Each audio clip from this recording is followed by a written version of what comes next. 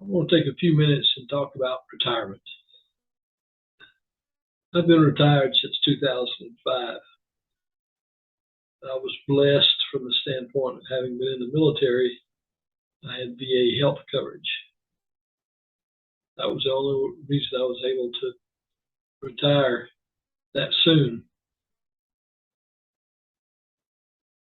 I don't even want to get started on the terrible state of U.S. healthcare coverage, but at any rate, I was blessed. So I really wanted to get out of the workplace. I was tired of the camel. If you don't know what a camel is a horse designed by committee and named best practices.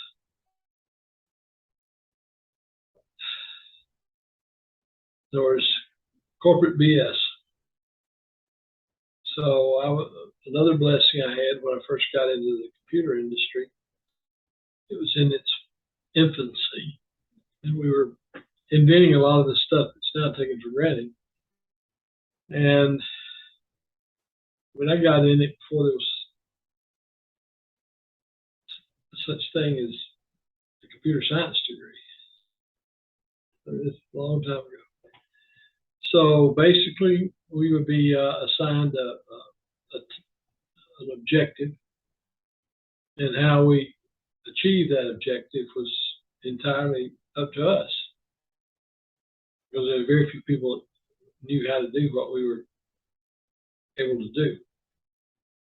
But as the industry matured and the hardware got more powerful, we sort of worked ourselves out of the job with the higher level languages and a lot of the point and click stuff. And with the tremendous computing power of modern computers and virtually unlimited amount of disk storage, you could write really poor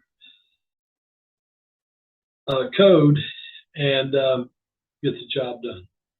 Whereas when I first started, we had neither the fast hardware nor much disk storage. So at any rate, the industry changed, and I wanted to get out. So in 2005, that was the last year I worked as a computer programmer. But having come through that now, I mean, this is 2022, I may have some experiences about retirement that might be helpful to somebody else.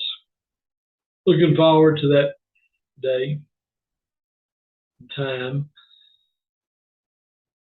Number one, let me address what's necessary in terms of having money put back for retirement. When you go to CNBC and various investment platforms, they talk about you need $1 million, you need $1.5 million, you need $2 million. That's assuming that your lifestyle is not going to change when you retire. Now, if you want to, if your idea of retirement is to live a life like you did when you were working, that's going to change pretty quick. I mean, you may have the first year, you may want to get out and travel and do some stuff. But remember, if you retire at 65, it's not the same as being 30 or 40 or 50. You just don't. Those are the kinds of things that interested you at those ages may no longer be such a big passion.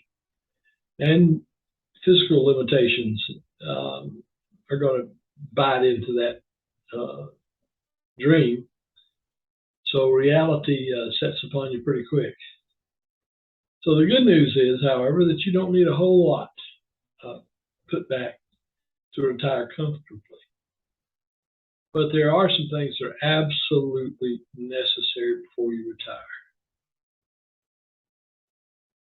You should owe nothing, be debt free, even have your house paid for.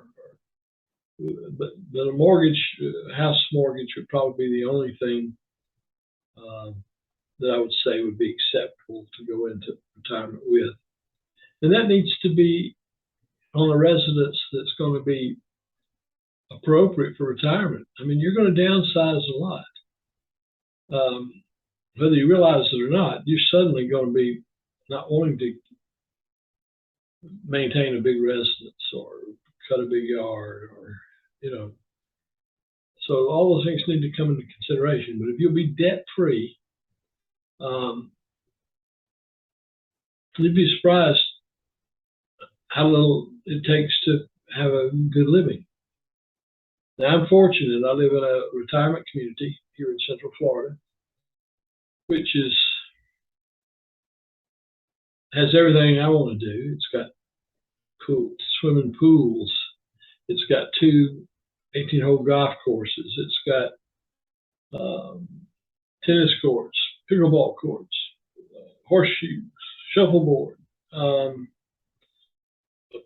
beautiful theater. It'll probably seat about 150, 200 people. It's a state-of-the-art staging equipment, and we have some really nice events.